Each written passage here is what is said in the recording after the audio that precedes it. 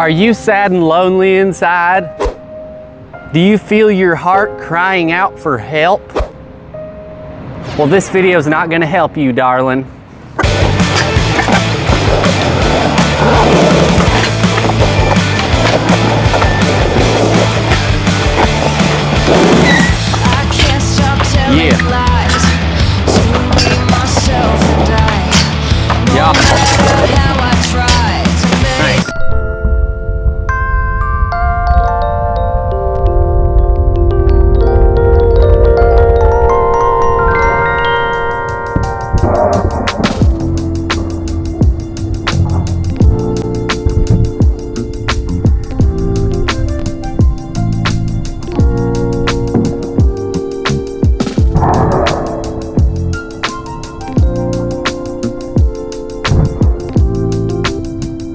All right, y'all.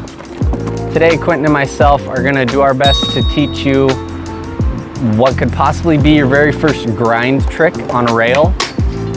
Oh, the frontside Smith grind. Now, a lot of people think, why would I do that? I haven't done 50-50 yet. Well, I think Quentin and I and others can all agree and say that frontside Smiths are far, far easier than a front 50-50. If you feel the conviction inside you and you need to do front 50 first, go ahead. That's not this video. I don't know if I'll ever bring you that video because my front 50s on rails are way less consistent than front Smiths. Front Smiths feel so much better. And honestly, if you can figure them out on rails, taking them to ledges is that much easier. It's a very similar pinch, similar footing, and the approach to the obstacle is going to be exactly the same going at a ledge or a rail.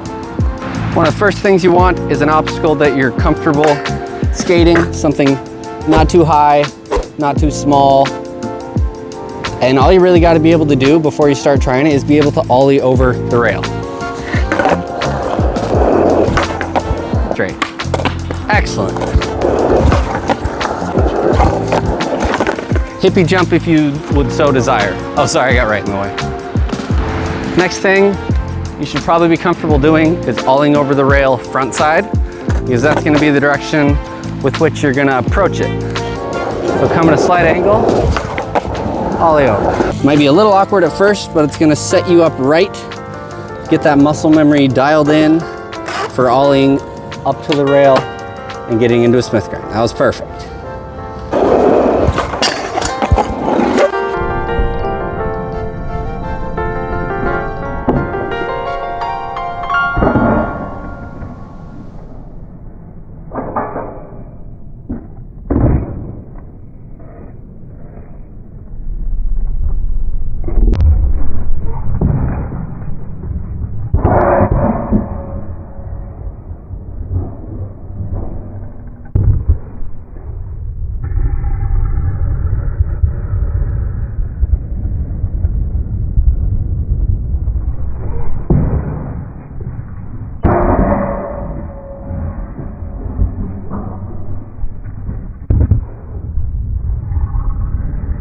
One thing that I tried early on was stationary, ollieing onto the rail and trying to just get that back truck on.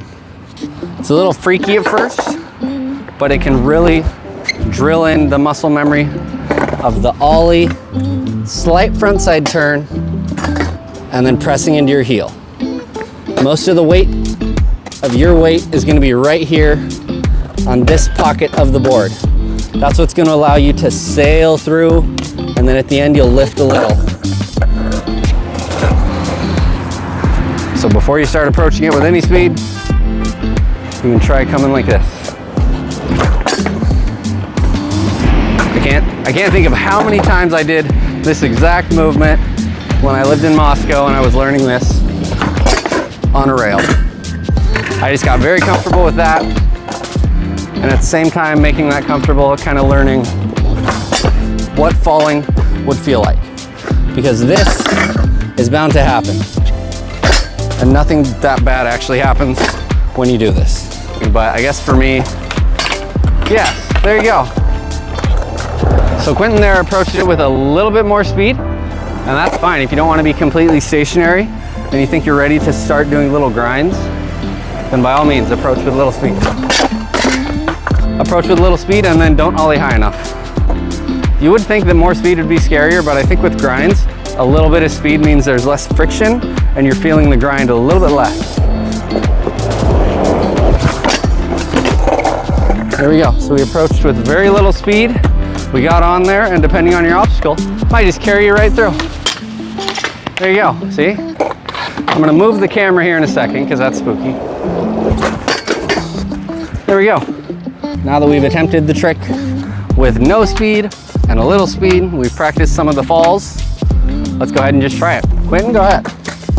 Ollie and place our weight. Nice. I'm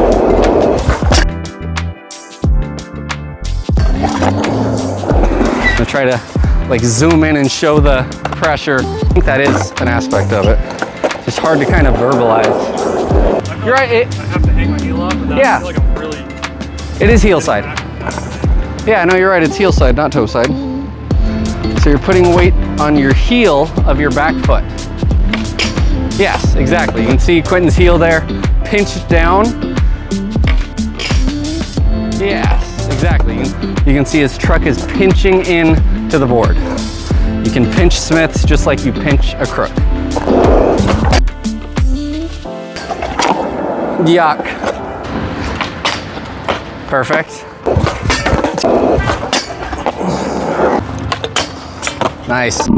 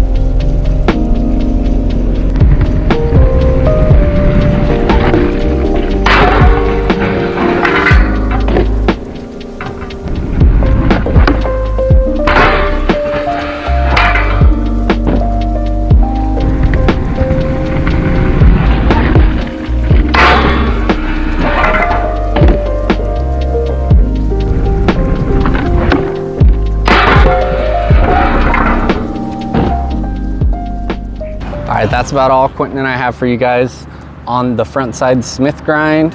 One of the big keys is to make sure your ollie's gonna get up there. Once you get that back truck over the rail, you only have to get that back truck just up enough to click in your inside wheel. This is gonna be the spot where you wanna connect the rail. And once you're there, you're gonna press on your heel. And when you do that, you're gonna feel the truck compress. That's that pinch that me and Quentin were trying to show you in those last few videos. You're gonna see the truck pinch in and you're gonna feel it too. When you go to get out of the Smith, you're gonna feel your bushings decompress, and that's gonna give you a little bit of lift off at the end. That's how you'll know that you did it right. And once you're able to comfortably sit right on that pinch in the Smith grind, you're gonna be able to take it as far as you want. You're gonna be able to work on popping out, 180ing out, kick flip, shove it, you name it. There's gonna be a lot of ways that you can advance this trick once you get comfortable sitting on it. Quentin, do you have any final pieces of advice? That's not as hard as it appears. No, definitely not. It's more just getting those first slip outs or misses on the rail out of the way. Yeah, 100%. It's just a matter of getting past the first few that are gonna feel a little scary. You might slip into lip slide. You might do like I did and just touch the truck and then your nose goes straight to the ground. There's really not a whole lot of really bad things that can happen. I feel like the chance of messing up is greatly reduced compared to doing something like frontside 50-50 where you need both trucks to connect in the right spot. Front Smith is only asking for one truck to connect in one spot. You're not really worried about the front truck. It's gonna get out of the way, and even if it doesn't, as long as you have it locked in right there, nothing's gonna happen. You could land in a 50 like that, and guess what? You're in a crosslock. But if you land like that and your front truck's dangling, if you have enough weight on this pinch spot, you're just gonna do a Smith. And the nice thing about having this pinch spot is that you can determine how deep you want to let it dangle, if you want to hold it up, however you want to do it. Once you engage that pinch point, you get to decide how your Smith looks. And that's pretty cool. That's all we have for you guys today. Peace out, God bless. Here's your verse. Hebrews 12:25. See to it that you do not refuse him who speaks. If they did not escape when they refused him who warned them on earth, how much less will we if we turn away from him who warns us from heaven?